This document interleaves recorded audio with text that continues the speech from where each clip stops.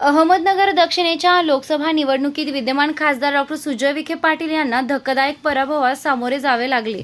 या अनपेक्षित निकालानंतर जिल्हाभरात विखे पाटील समर्थक कार्यकर्त्यांमध्ये मोठे नाराजीचे वातावरण असून निकालाच्या एक दिवस आधीपासून डॉक्टर सुजय विखे पाटील यांच्या विजयाचे बॅनर लागल्याने त्यांची मोठी चर्चा जिल्ह्यासह राज्यात झाली।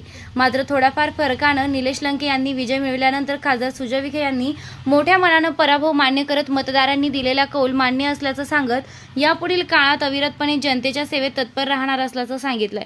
डॉक्टर सुजय विखे पाटील यांच्या पराभवाचे पडसाद मात्र शिर्डीत स्पष्टपणे दिसून आले।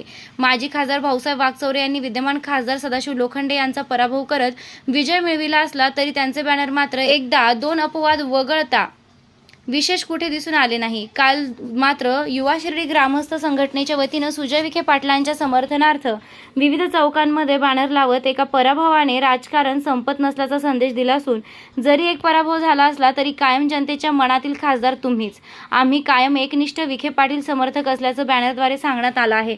तसेच एका बॅनरने मात्र नागरिकांचं विशेष लक्ष वेधून घेतलं असून गद्दारी केली तर सहन करण्याची ताकद ठेवा, कारण वादळ लय मोठं येणार आहे असा संदेश त्या बॅनरवर लिहिलेला असून मजकूर पाहून गद्दारी केली कोणी याबाबत तर्कवितर्कांना उधाण आला असून येणारे लय मोठे वादळ आगामी विधानसभा निवडणुकांमध्ये गद्दारी करणाऱ्यांना धडा शिकवणार का असा सवाल नागरिकांच्या मनात घर करून आहे। मात्र युवा शिर्डी ग्रामस्थ संघटनेच्या कार्यकर्त्यांनी निवडणूक काळात नगर दक्षिणेत प्रचाराची धुरा सांभाळली होती आणि जीव तोडून मेहनत केल्यानंतर देखील आपल्या नेत्याला अनपेक्षितपणे पराभवाला सामोरे जावे लागल्याने कार्यकर्त्यांमध्ये मोठी नाराजी पसरली असून पराभव होऊन सुद्धा आपल्या नेत्याच्या सोबत आपण कायम एकनिष्ठ असल्याचा संदेश युवा शिर्डी ग्रामस्थ संघटनेनं दिलाय।